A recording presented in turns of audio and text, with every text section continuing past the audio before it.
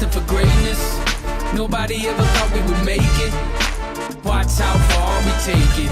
Past the stars and spaceships from a city where the music. The Soul Rebels are destined to perform in New Zealand next year. Here is Lumar LeBlanc, a founding member of the 8-piece New Orleans horn band, to tell us what it's like to get back on the road again. In fact, we find him in Dallas on his way to the airport. It feels good. Thankfully, Soul Rebels, we had a little name and people were connecting with us virtually during the pandemic. Right. But once the restrictions were lifted, we were able to go full blown, and it's been going like a race car. I mean, we've been back touring, traveling, going to different venues, being able to connect and bring even more fans to our sound.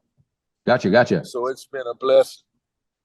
And there's just been a big election in the States as well. Yes. How's that going for you? Did you vote? Oh, man. Of course, yeah. Everyone's big on voting. And I did. Me and my wife and family went. But, yeah, I mean, you know how things are. I do. With politics. Yeah.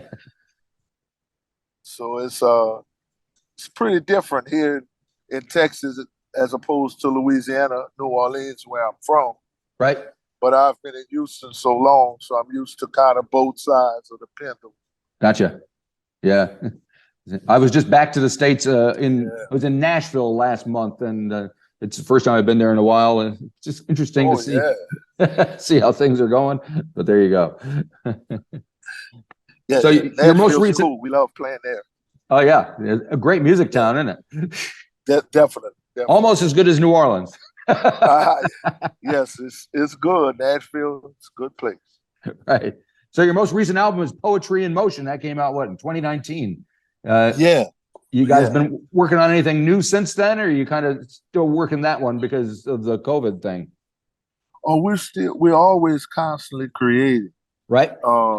Even though it might not be a formal contract with a record company. Sure. That one was. We're always creating, putting material together for different marketing venues and ventures, and also for ourselves. Right. We've been, constantly fine-tuning different experimental projects, but we're so busy with the live performances that often it lends us time to be together where we can create. And two, sometimes you don't have the time to create. Right. Because, you got to focus on your show. Gotcha. And you have to get proper rest, eat well, exercise, keep your mental health in focus, because the road offers so many, along with the beauty of me being an artist, it does have a lot of pitfalls if you're not careful. Right. And me and my partner, Derek, who started the band, we've been blessed to have longevity and good health. Yep. So we it kind of permeates through all of the members. They do the same. So it's been good. Right. So you guys talk about that, about how to take care of yourselves, or is it kind of doing by seeing, by example? It's both. It started out with talking, and now it's all organic, kind of follow suit. Everyone tries to get to the gym whenever they can and drink a lot of water.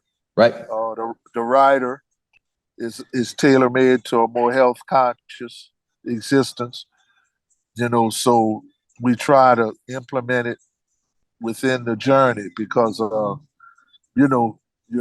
the music is our journey. We're away so much from our beloved families. Sure. So you got to try to do it right. Right. Be here long. Yeah. Now we're talking about the creative process. What is the creative process like within the band with so many? Is there a core membership where the ideas come from and then spills out to the rest, or is it more collaborative? How does it work? It's collaborative. It definitely has always been a group effort. Right. from the start. Uh, but it always starts with an individual bringing an idea. Some people try to, you know, bring the idea mostly complete, but it always seems to spill into the organic circle of everyone in some form or fashion. So Right. it's a real spontaneous process. No one person dictates all of the tunes. They're all a group effort, and you have 8 different members, so Yeah. it takes time.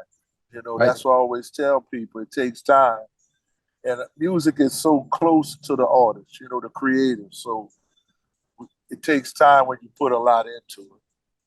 And I was looking at some of your set lists, and I see you cover some interesting and diverse artists as well. A Tribe Called Quest, Nas, Old Dirty Bastard. Who makes those decisions, and how do you go about deciding who you're going to cover as well as doing your own stuff? It basically comes from each of the members' creative minds. Right. All of us have different love affairs with different artists. Of the Doors, Wu-Tang Clan, Right. Miles Davis, Louis Armstrong. All of us had to give with Metallica, so we had to learn their music, and that added another scope and broadened our scope. Neville Brothers, we did Right. country music, so it comes from each member. Each one has a different slice to add to the pie. So when they bring the tune, we try to, give it our full artistic attention.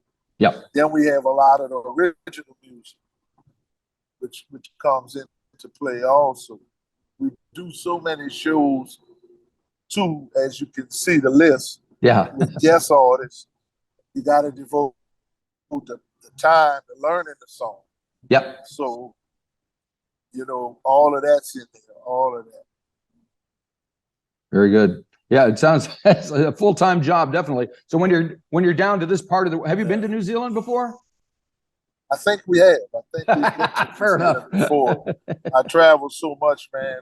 Yeah. the tenor sax player, he keeps up good with the journeys that we've had in itinerary. He would know best. I'm kind of a guy just Right. keep my bags packed at the door and go. And went through so many passports, but Yep. I think we have so. So what can we expect from the shows when you get down here? Do you kind of know how they're going to, have you visualized? And we've already been talking it up. It's definitely going to be a lot of energy, high energy, a lot of instrumentation, solos and parts, a lot of rhythmic styles. Yep. So we're still putting it together, but we're already, devoting time to it. The rhythms are very important, along with all of the home. Gotta, fine tune it. All these little shows we're doing helps for when we do the bigger shows. Yep. So sometimes like a practice session. Gotcha. And do you kind of tailor the show to the area that you're playing? Would a show that you play in New Orleans sound different than one, say, in Poland or in Auckland? Yes, sometimes, but not all the time. Right. Sometimes we try to throw some tunes in that we figure are, geographically connected to the audience. And sometimes we just say we're going to give them a taste of what we want, and they'll come on and join our journey. So we got to see how it goes. When we do those tours, like when we'll be coming to Australia and all that, it expands a little more. Right. The repertoire expands a little more. Gotcha. And do you ever kind of get into the indigenous music of wherever you're going to as well? We have. I mean, we've definitely listened to it. Yeah. Like I say, rhythmically, you probably could find more of it being emulated than some of the, horns and stuff. Yep. But Sometimes we do, yeah. Yeah. Sometimes. Now, you guys have Definitely. collaborated with an amazing array of artists over the years, everybody from Metallica to Katy Perry to Slick Yeah. Rick. What do you Yeah. what do you get out of that? What do you look for with someone to work with? You just look for the creative expertise. Yeah. You have to realize when you meet with these artists, for example, like Katy Perry, that was an enormous amount of practice. Really? Yeah. Because you have to make sure that you're giving that artist the vibe and feel they want so they feel comfortable on stage when they perform. Right. And being that we're, organically instrumentated with the, the two drums, the sousaphone, the trumpet, sax, Yep. the trombones, you want to make sure that they're very comfortable. So we listen to the record a lot. We had a lot of exchange with the musical director and our, kind of lead person with the music, and got the gist of the piece, played it. Sometimes these artists want you to send a recording back, and we Right. had to do that, and they were highly pleased. So you got to try to work at it and emulate best as you can what you hear on that record, Right. unless they tell you to do something different. Gotcha. Yeah. Yeah. All right. Now, a little earlier, you were talking about everybody's influences and what they bring to the band. For you personally, you're a drummer, so that's obviously where you're coming from. But are there what brought you to that point? What do you look back on, and what do you draw from? Oh my goodness! I've been playing music my whole life from my earliest remembrance. My family stuck me on a stage as a child, and something must have clicked. Right. I don't think I was too afraid of the Right. audience. I remember I had those drums, man. My mama had kept them in the attic up until Hurricane Katrina destroyed them. I had a little small set of drums I played as a child. Right. And I had to perform in a big production in New Orleans back in the early 70s at a big auditorium. And her and my dad I could just remember being so humbled and happy. And it kind of just stuck. It resonated with me. I kept beating on things, and the passion grew.